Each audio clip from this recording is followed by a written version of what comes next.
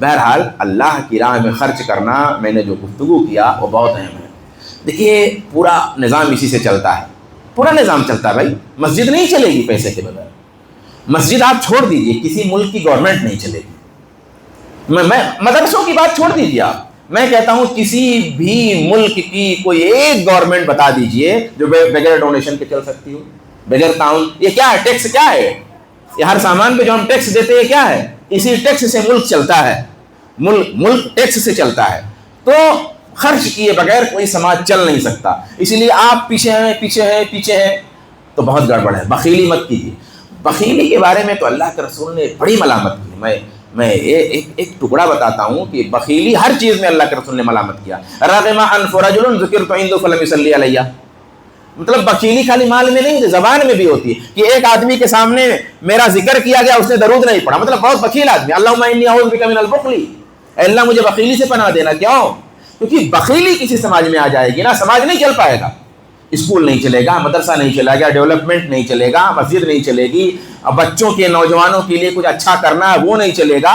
ہمیشہ دماغ دیں گے کچھ نہیں، اور بات بولیں گے دنیا بھر کا، ارے سب گھوٹالا کرتے، ارے سب چندہ کھاتے، ارے سب پیسہ کھاتے۔ دینا کچھ نہیں ہے، بولنا خالی ہے، کھانے بولنا خالی ہے۔ ارے بھائی یہ کبھی نہیں ختم ہوگا دنیا میں، یہ چیز کھانے پینے والا اور حرام کھانے اور حلال کھانے والے ہمیشہ رہیں گے۔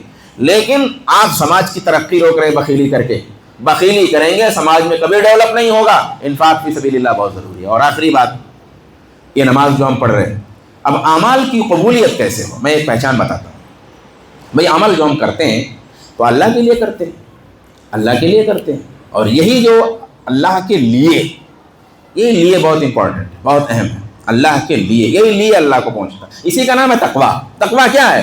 نماز پڑھی اللہ کے لیے، صدقہ دیا اللہ، کوئی تعریف نہیں چاہیے، کوئی فائدہ نہیں چاہیے، کوئی بینیفٹ نہیں چاہیے۔ مجھ کو گالی کسی نے آ کے بتایا، سیٹ ارے وہ جو غریب آدمی کو دیے تھے آپ نے نا، وہ تو آپ کو گالی دے رہا تھا، تو آپ کی برائی کر رہا تھا، تو اب تو دل میں رنج آئے گا ہی۔ اگلے سال بتاتا ہوں اس کو، میں نے ہی دیا، مجھ کو ہی ایسا نہیں، مت بتائیے، جانے دیجیے، چھوڑ دیجیے، وہ مستحق ہے نا، پھر دے دیجیے گا۔ وہ آپ کو گالی دیا، کیا کیا؟ کیوں آپ نے دیا؟ کیوں آپ جانتے ہیں نا مستحق ہے، تو آپ نے دیا کہ اللہ کے لیے، میں نے اللہ کے لیے دیا تھا، خلاص بات کرتے، میں نے اس کے لیے دیا ہی نہیں تھا، میں نے مجھے گالی نہیں تھا، میری تعریف کرے سب کے لیے میں نے دیا ہی نہیں تھا۔ ابو بکر رضی اللہ تعالیٰ عنہ کی بیٹی اما عائشہ رضی اللہ تعالیٰ عنہا پر جب افواہ تھوڑی سی اڑی، تو جب افواہ اڑتی ہیں، جیسے آج کل میڈیا میں افواہ اڑتی ہے، ہاں آج کل میڈیا میں اڑتی ہے، کسی کی شہادت کی اڑ جاتی ہے، کسی کی کچھ اڑ جاتی ہے، کچھ بھی اڑ جاتا ہے، آج کل بغیر پڑھ کے اڑ جاتا ہے۔